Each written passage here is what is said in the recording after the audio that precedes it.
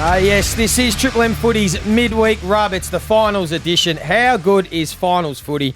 Beautiful spring day in the air today, and we can't wait to dissect all the action and all the news. And as always, I look to my left and I have my two men here, Dale Thomas, Damien Barrett. Daisy, got the golf kit on. You're pretty keen to get out there today. What Sun's a nice come day. up, Joey. I've got, about 90 minutes till the first tee at Royal Melbourne. So if we could produce a really good show, but just make sure it runs to time, that'd be great. And I welcome you, Damien Barrett, again, as always. But we're here today and we're missing our third colleague, Wayne Carey. Wayne Carey, yeah. As we know, Joey, and this is the statement from Triple M, that Wayne Carey and Triple M have agreed for Wayne to be relieved of his on-air duties pending an internal investigation being conducted following an incident at Crown Burswood in Perth. And that's where that situation is, and it means that today, for this Wednesday midweek rub, we're joined by a very special person. And we are going to drill into this man, but he's taken off the subs vest. He's been warming the bench for us. He's just going to come in for his debut in a big final. We welcome Ross Lyon. Hello, Rossi. Hey. Welcome to be here, boys. Look, every dark cloud has a silver lining, and I'm it. That's our pleasure today to have you. And I tell you what, aren't you in the papers again, Rossi? Don't worry about Footy Classified. We got all the hard-hitting questions coming up. What do you got on this show? We'll get to that after the break. But can we wait that long? Can we? Or you want to get straight into it? We'll wait. Because we need to hit up Daisy. You're doing the red carpet for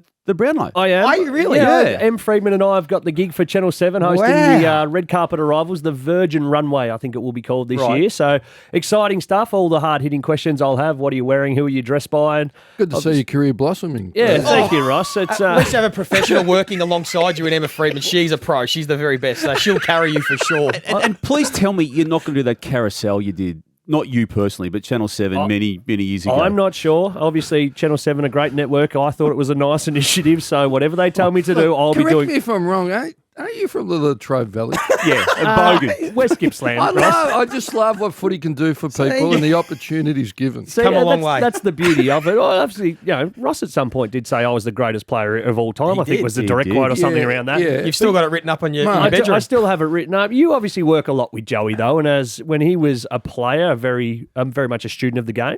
Yeah. Correct? And since Joey, he's a footyologist. And since then, doing some great things in the media and, really taking a fine-tooth comb to it. He's Eddie everywhere. Do you reckon sometimes he gets it wrong? The talk about this game being a shootout because they are the 1 and 2 teams in the competition doesn't stack up, because in the last 5 final series, only one game have had 2 teams kick 80 points or more. So it's some sort of shootout. So what will happen is defence will come important. So this is Joey talking about Brisbane and Richmond to open the finals on Thursday night. I sat there, Ross. 17 lead changes. Both teams kicked 1,000 points. Do you admit sometimes your favourite son gets it wrong? Clearly. Absolutely. I taught him the numbers don't lie, Joey.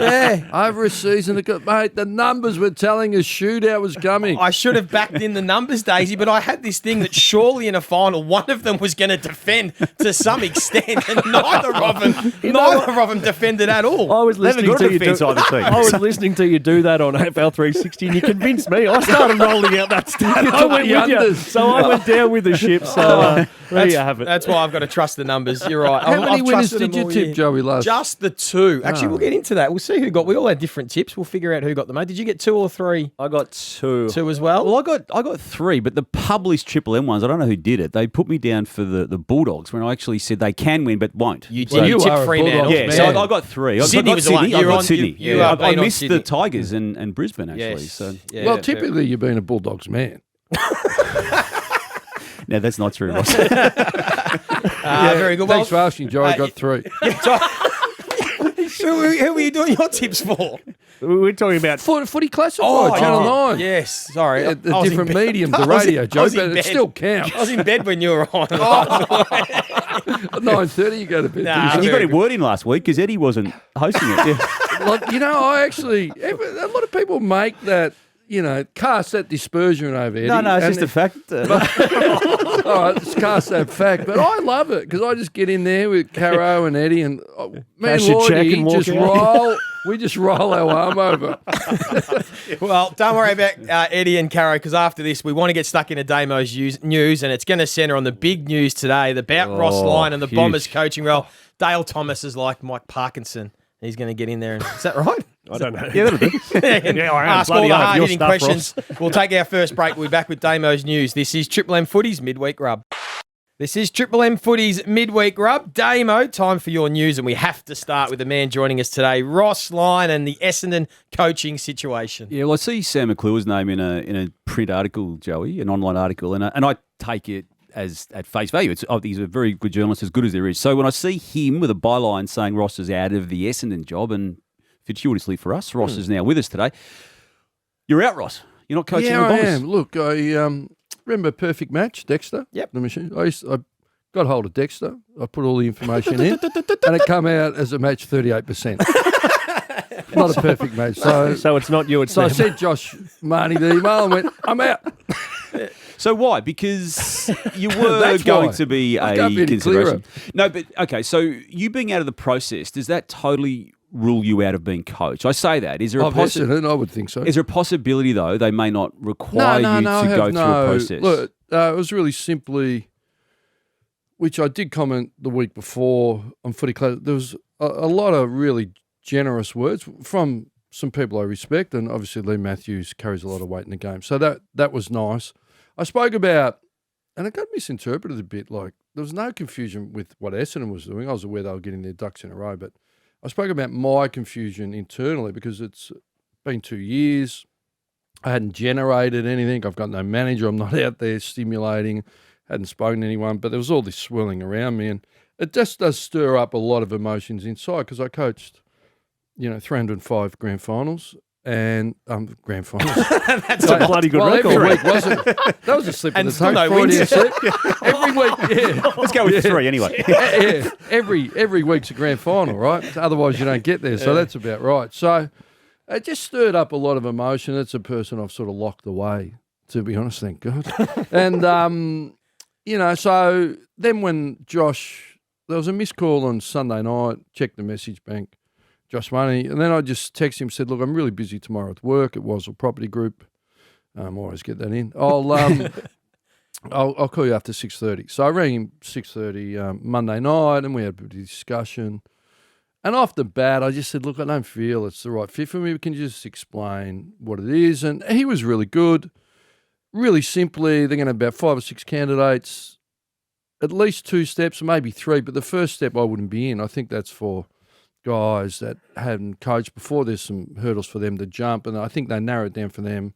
And the second round would be like a couple-hour presentation, or 2 hours with a presentation, how you connect with players, sort of build that relationship, and what your first 30... Why don't you want to go through it? Hang on, first 30 days look like? Yep. I'm trying to chew up the time here. And then I said, look, send me through the steps, and it was an NDA, and I thought about it for an hour and a half, and then I just emailed him back. I said, thanks for the call. I have no desire to take it any further. And why is that? I know you can't summarise maybe everything you're going no, through, well, but for this purpose of this conversation, why? If they approached it differently, though, would that have been a different outcome in terms of we want you, you're our guy? Can we just get the why though first, though, Dave? Hang on. I can't articulate the why. Despite them wanting you. Sometimes it's just Essendon wasn't vibing. There was no vibe. If it was a chips in approach, would that have changed it? In terms of a chips in terms of they ring you, say, mate, we want you to coach. Clarko style. Stick your process up your wherever you want to stick it. Look, I had a little bit of, they do background. A lot of, what do they call it, due diligence actually came to me. People reached out, and they might have had Essendon connections, and people that were supportive with Essendon backgrounds of me applying, and they just tried to soothe those waters a little bit to understand it. I think it's complex, but ultimately I think you're right. You need absolute backing. And really on the surface, I didn't feel that was probably possible. So therefore, what's the point? So just to put a line on it, and so that we don't have to subject you to this type of questioning, because I know you love it. Is there any way that if Essendon goes through its process and then comes back to you and says... No way. So this is it, 100% out? 1,000,000% out. Okay. But out of the Essendon job, not necessarily out of coaching full stop. We're only talking about Essendon, aren't we? Yeah, we are right Well, now. last year I had a wonderful offer in hindsight when I spoke to Chris Scott. I said, I should have taken it. But, they offered me a role last year, but it was just too difficult. When you spoke to Chris Scott? Yeah, because last year, him and Steve Hocking. That was a wonderful opportunity. And I said, mate, you don't need the headache of me coming down. So To work as a senior assistant to Chris. Well, yeah, there was a role. They said we could create it for whatever you think your strengths are and how we could work it, and we'll make it work. But it was just too difficult. And let's be honest, you love the Triple M family. You love all the boys How at can I Triple M. leave You this? can't leave us. Seriously. That's what it is. The deep Sunday down. rub. You can't I leave don't us. want to espouse our ratings any more than we already have. But I love that experience. It's been good for me to get the other side of the fence. Do you like us more now?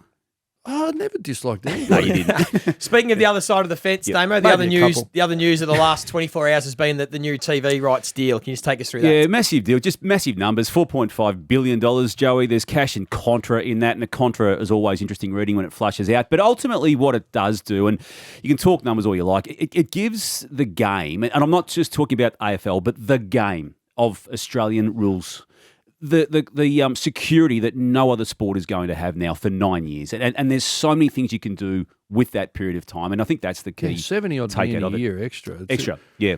Gillon McLaughlin for a long time has been espoused as the best deal maker. Richard Gorder said to me personally, he's the best deal maker I've ever come across, and he's delivered in spades again. Yeah.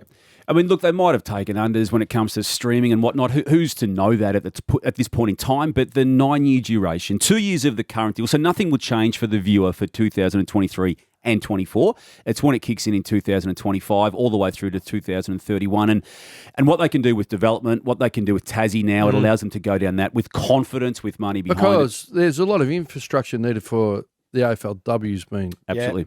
enormous and needs infrastructure and a lot of threats of competition, alternative sports. So you're great. It gives us a great platform. Confidence levels in Tassie going ahead now? Because we've spoken a lot about this at nauseum, and it's certainly waned the confidence levels. Given Gill's still on his farewell lap, that was the big lap he did yesterday, or three-quarters completion of the farewell lap. You reckon that'll be part of it? That's part of it. Yep. Yeah, it's part of it. He won't go until he gets this across And the do you line think now. it should come in, Damo?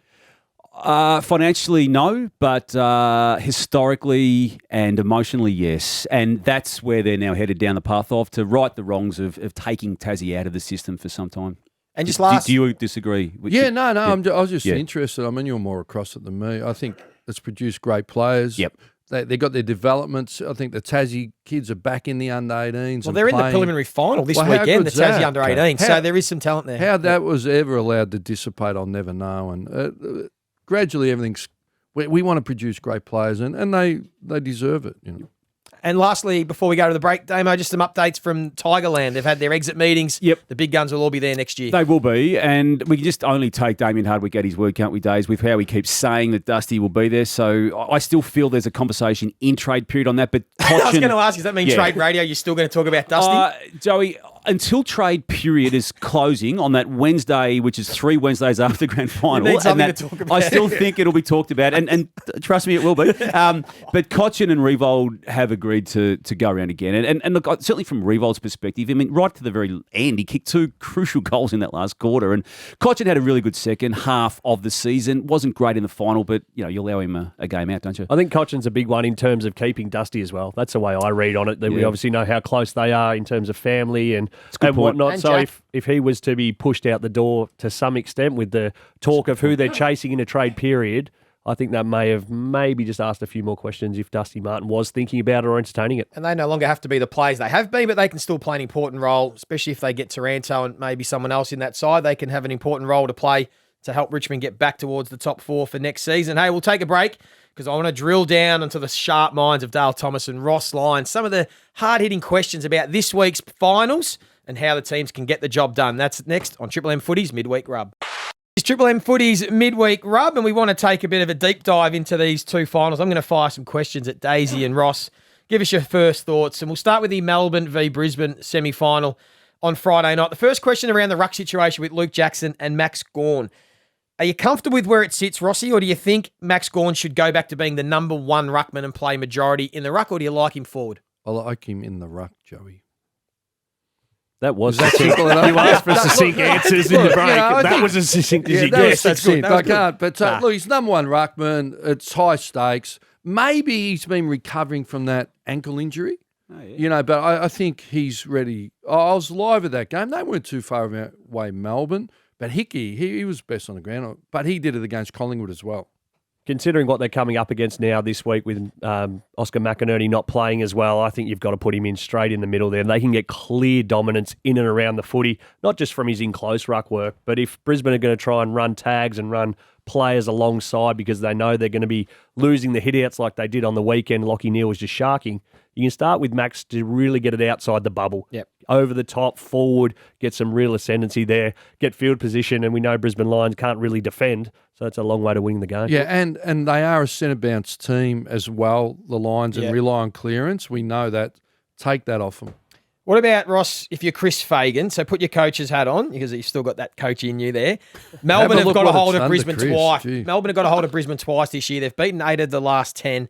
From a psychological point of view, how does Chris Fagan address the Melbourne situation, the elephant in the room, to his playing group? Well, or does I think he not? specifically he continues in the same vein as how we prepared them for against the Tigers in a home final. Like the narrative was strong. We're all heaping pressure on them. We're all watching. So really, we know past results count for nothing. He did really well in firming up. This is what we do when we play well, and he had footage of it. And I think, but then you've got to say, well, what have they done to us? And then give them the solution. Yeah, they've done that, but we're doing this. We've done that. And give solutions so they walk out affirmed, this is what our best can do, and we've got solutions for what they've been throwing at us. So should Chris Fagan stick to what Brisbane have done most of the year, or do you think as a coaching group they need to do something different specifically against Melbourne? They've got to review those 2 games and figure out what has been different to every other game. Their greatest losing margin outside of those 2 58 and 64-point losses is 14 points to Fremantle. So for the rest of the year against every other team, what you've done, although you've leaked scores, has been really sound. So you have to figure out what it is specifically about Melbourne and how you're moving the ball or not moving it, and then how you're allowing them to move it. Make it easy for him, Dace. What does he do? I would be saying that you don't have to go and try and kick 100 points. I think you could back yourself in to try and be more stingy defensively because Melbourne don't and have shown that they don't hit the scoreboard as aggressively as other sides. And then in doing that, connect the field. Look what Geelong did to Melbourne down at GMHBA Stadium earlier in the year. If you just kick it long down the line, they're going to lap that up. Chip it through the 50 to 70 metre arc, be aggressive with that kick, and then from there roll to a dangerous space where they can't come off second and third man across. Which suits Brisbane's style. They are a kick and overlap team through the midfield. They've got to change their entries because they've been long and they'll dominate. And you can't get bashed and dominated in the first. If you can, Melbourne want to really blow you away in the first quarter, and that Sydney hung on. And then if you get them to the end, they're in trouble. They're zipping 11 at the MCG, and I know we're not allowed to talk about because Fags listens to the show, but they're zipping 11 at the MCG. So that tells me use the width. You're not exploring the full size of the ground. The MCG is bigger than any other ground. If you can't play it, do something different. Don't try and play it like a Gabba. Use the width, change an angle, make Melbourne defend for longer, and then you'll find pockets of space going forward. Damo, the last story out of that game, Christian Petracca and the broken leg. Yeah. The hairline fracture. Now, I'm no medico, but it's the non-weight-bearing bone in the leg, so let's factor that in. But I just can't get my head around that someone could go into a game with a broken leg, and the club telling us that the corky in the calf of the same leg is more of a problem. Look, he's going to play. Well, I think Fife played out. It must have been a hairline fracture. Yeah. I've had a hairline fracture. Scotty Pendlebury had a... Did you break his leg? Yeah, did you slide in? Run-down tackle from behind, actually. But I played with Damo. See, I played with the hairline fracture for about 3 or 4 weeks. Same sort of thing. Is this late in the career? Or yeah, this was under Alan Richardson, I'm pretty sure. And with some cortisone, you take away the pain, you're actually okay. Really? It's not as bad as it sounds. Yeah. Look, Joey played with high threshold pain levels, so hopefully Petracca can step up. But you'd play him out of the square if you had to. If he's not quite right midfield, permanent forward, and they've been struggling. Just quickly, is this an opportunity then for Brisbane to maybe tag and go after Clayton Oliver? They brought in Devon Robertson, who did the job was doing a job on Prestia. You reckon go after Oliver? Yeah, I liked it. Then he went to Cochin because Cochin was because you can't just keep going the same thing because the players are not done. Well, we've done this every time you ask us. So they're tweaked it. I think, get after one. Yeah, right. What about the other game, Collingwood Fremantle on this Saturday afternoon? This is going to be a beauty. First question I'd like to throw at you both. Who are you taking? Which 3? Darcy Moore, Jeremy Howe, Braden Maynard, or Alex Pearce, Brennan Cox, Luke Ryan? Which three of those, the back three of both defences, Well, who are you I taking this take my weekend? boys, really. Lukey Ryan, when I got sacked, he was around there quite late. Luke So and he didn't- Coxie and Pearcey. That's a So, good and three. they're They all are very super good. talented. Luke Ryan didn't defend when he was under you. That's the reason you got sacked, but you still take him. You're a loyal man, Ross. I like that. I'll go with the Pies then. Yeah, I think Darcy Moore and just the point of differences that he brings along with Howe, they're very different. And Maynard, was he the third? Yep. Yeah, I'll take the 3 Pies, boys. What I love about the 6, right? Only one of them actually plays on anyone, which Yeah, is Alex Pearce. That's right. So whoever gets Alex Pearce, you're in a lot of trouble. Ross, is there any possibility for Collingwood? They were awesome last week. Their pressure from start to finish, and then it didn't go their way, so they've lost a close one. Is there any possibility of a letdown with the energy and effort they put in last week to then try and rebound again? Unlikely, but there's an element. They've been every week. I think whoever's their conditioner and their prep and mentally, they're getting to the line just full of beans, and they went from the start to the end. And it was a little bit like the grand final, the draw. The Saints come from 21 down, gave it everything, and then collapsed, and we didn't get up. And Collingwood, sometimes your energy levels or your mental fatigue, there is a point. We saw it with the Bulldogs halfway through the grand final last year.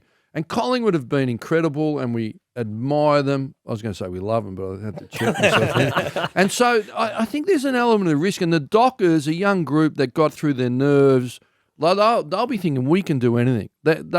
And they got real capability if you let them play their way. Is it a danger game for Collingwood? Oh, they're all danger games. If you're a chance to lose and you're done. I just think the messaging from Craig McRae post-match when he was talking about the players laying on the ground instantly just shifts the focus. That's not winning behaviour. That's what losers do. We didn't lose today. We lost the game, but we were behaving like losers. And the culture they're building there is winners only. I think that's an instant mind shift for the players who were maybe thinking, geez, how hard done were we? And we could have been in a prelim. I think that changes it. And I think with Collingwood this year, we have to almost take them on trust now. When you talk about DNA, you talk about brand, you know what you're going to get. It's not just a 5-week sample size. This has been the better part of the entire season. We've been thinking they'd have a letdown from about round 11 Correct. onwards, Yeah, and it we've still all been hasn't waiting come, for has it, and it hasn't come. But So I think Adams is a big loss, and the Freo midfield, I think, is better than Collingwood. All right. Well, what about Mason Cox then? Just quickly, last one before we do look into the game. He only played less than 50% game time. They had Nathan Kruger after a long injury as the sub.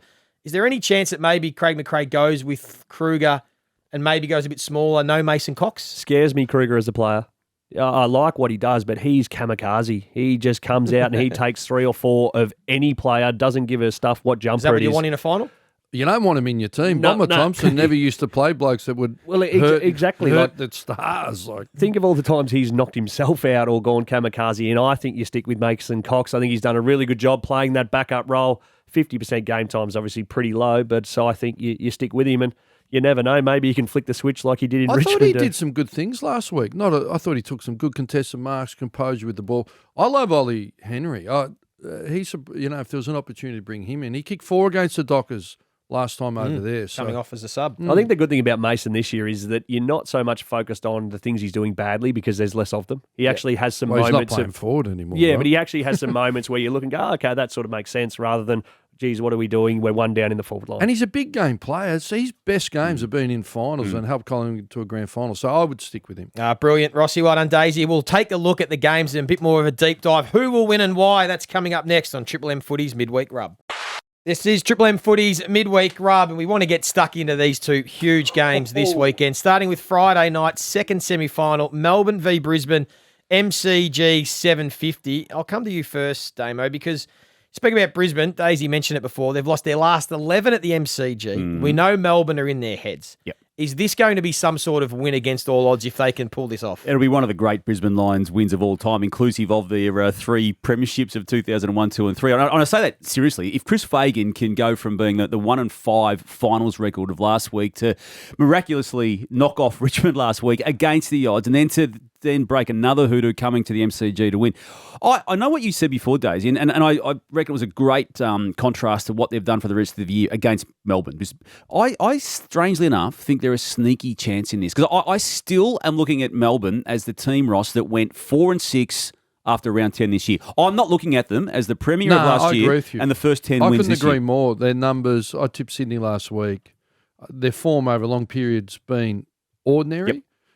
And then, you don't want to take it away, but you go back, you look at the Bulldogs, how do they defend? And what happened in that grand final? Well, they were 21 points down, and then they got hold of the ball, and the Bulldogs just don't defend over a long period of time. So, mate, and then in their first 10 wins, they hardly played anyone in the 8. So, I think once you really drill in, they're not the team, A formidable team. not the dynasty team we thought they were going to be, and that a young Sydney emerging team got hold of them at the MCG. So, I still think they've got enough capability, though, to get it done against Brisbane. Brisbane interstate record's poor. MCG record poor. I think they rely on... Neil got a free swing last week. I don't think he'll get that room to move. And the ruck, Gawn gets back in there, gives them first use. You're pretty sure James Harms will go to Lachie Neale, and then would you bring Tom McDonald in? We had this chat last week. The forward line just on still that. I issues. reckon they might start with Brayshaw still. Still Brayshaw, Do it. If it's not working, You've clamp got the it. second. Just from a coach's point of view, so obviously you're Chris Fagan and Simon Goodwin. Simon Goodwin, knowing you've got the wood over this side, do you plan for all sorts of weird things to come up and different ways they're going to throw it at you? Because if you're Fagan, you'd be stupid to roll in and just produce what you've done in the first 2 games and get beat by 10 goals again. Yeah, but it's hard to dramatically change. You know that. How you play is how you play. So I think they're going to have to tweak entry, look for support for Neale. And Melbourne will go, well, we won the contested ball. Our entries, we have more entries. Maybe we stop, going to the pocket and go to the top of the square. If they don't tweak their entries, it brings in Harris Andrews and those guys again. The key to it, from a Brisbane perspective, will be Joe Danaher. How do they get him in the game, Joey? Well, I didn't mind him going into the ruck. It I helped, think didn't it it? freed Yeah. him up. So if they're going to bring in Darcy Fort, which we believe they will, They have to. I would play Joe Danaher as the second ruck and just get him involved in the game early. Let him even drift forward. Maybe take some midfield. Even if he doesn't like start it. him in there and just Yeah, let him drift. I love it. Yeah. I love it. He's 200. Yeah. Easy place to get a kick, right? And they looked a bit. It did, and they looked a bit more dangerous and a bit more dynamic with only the 2 tools, whether it was McStay and Hipwood. Charlie Cameron, I think, is going to have a big game if they are to win. You're going to get Zach and Bailey Hibbert and normally Rayner. goes to him and has squashed him the last couple. Yeah, so I don't mind it. Look, Brisbane for me, I know you sort of thought the opposite. I think Brisbane probably have to try and make it a bit of a shootout. Almost entice Melbourne to play a bit of an uncontested game and almost back their offense to be better than Melbourne's to give but themselves the problem a chance. is, Melbourne got hold of Sydney a bit, but their defence Held stood up, up. that's right. And the pressure on the ball. So I'm not sure. The numbers tell us Brisbane defence. Sydney went in being number 2 defence over the last 6 weeks. So Brisbane's defence won't stack up, will it, Ross? You know No. that you're the defensive coach. It's not going to work. If Joe Danaher goes into the ruck and through that midfield, you have to use him. You have to pretty much go exclusively through him going forward, and that might mean on long down the line kicks, he positions up on the line of the wing, more corridor. Because if you just bomb it down the line, you've got to do something different to bring him into the game and use him, because otherwise it's just a waste, and those Melbourne defenders will give them a touch-up for what it's worth. I think that will happen. I think we see it again, that Melbourne give them a decent little clip. As much as I think Lions can win, I don't think they will. I'm not tipping them to do so. Yeah. And as such, Melbourne for me. Anyone Whose different? side? No, I'm Melbourne. Whose side of the draw you'd like to be on? Sydney's side of the draw, wouldn't you? Right now. I think so. Sydney or Geelong Sydney, you go, oh. Or go to the SCG and play the Swans. But I think I think if we're trying to make a case for Brisbane, I think we're all confident Melbourne get the job done. May is in unbelievable form. He's going to be a brick wall. Their midfield's too deep, bat's too deep, and they'll get enough entry and enough ball in their front half to score, and they'll score against Brisbane and beat them. All agree? Yep. What about the second game? Saturday night, 7:25, the first semi-final, Collingwood v Fremantle. We touched on the Pies, their gallant effort last week, just couldn't get over the line against the Cats. Can anyone see Fremantle causing an upset? Yep. I'm tipping Fremantle. You're tipping Fremantle, Damo. Yeah. Tipping Why? Fremantle. I like what they did last week in adversity. I love the game of Sarong. I thought that was extraordinary. Brayshaw obviously came with him. I like their backline, to your point. I love what Pearce has done this year, the acting captain. I feel there's enough in the ruck to win that part of the ground too with Darcy. So good last week. Hadn't been good in the back like 6-8 games, but I think we're really good in his final. Is it as simple, Ross, if Fremantle can absorb Collingwood's pressure and find a way to handle it, that they are in this contest? 100%. I couldn't agree more. Their midfield, I think, is equivalent or stronger. Then no doubt they got the better ruckman. The key defenders the same. I think Fremantle, who got 4 small forwards, Swiatowski, Schultz, but Fredericks and Walters, he's my favourite. Was he last week? And his best is he can win this game if they. So I think if they put the heat on, because Collingwood's rebound second to none, their ability to intercept, punch and go. You got Quainer, Maynard, Dacos. So the small forwards and Longmuir said that all year. When our small forwards put real pressure on, we're a different team. We score more easily. Otherwise, they are conservative in controlling the ball from the back. So if they can get a front half game and lock it in, I think they can get it done.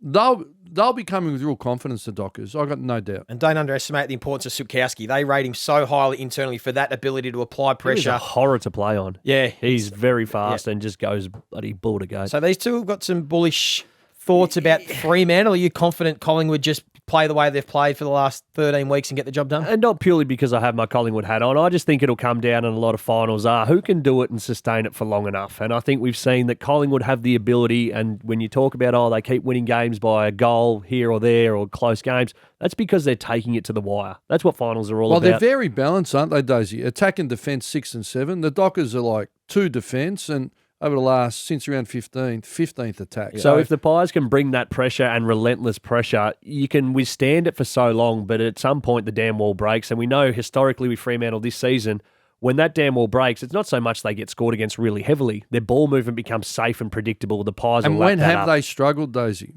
Fremantle, first half, first quarter, when they're heat. And pressure, because they overuse hands and they want to control it and they just don't cope with. As it opens up, they come to the And fore. you only have to look at that Bulldogs game. If the Bulldogs could have sustained it, obviously, for longer, there's a 40-point margin at halftime. That's damning. Joey, Jai Amos's game last week, I thought was quite extraordinary for a guy in his second game of footy and who had missed time with a serious internal injury after his debut back in round 8. Yeah. Do you just lock him in even if Taberner's up and running?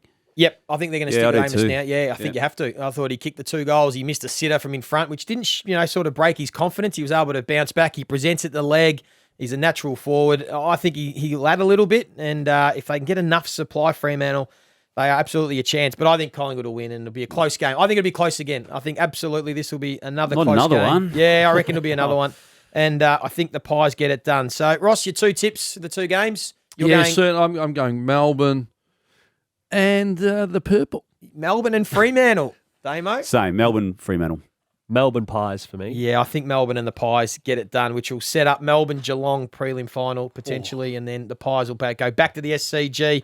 Hey, Rossi, loved your work today. Very Thanks for the Very invite, good. More guys. than It's welcome back always next nice week. I'd love to Weisel be. can let you off work for an hour. And you Weisel, come. Mark Weisel, if you're listening. We need him for an hour on a Wednesday. I love the vibe.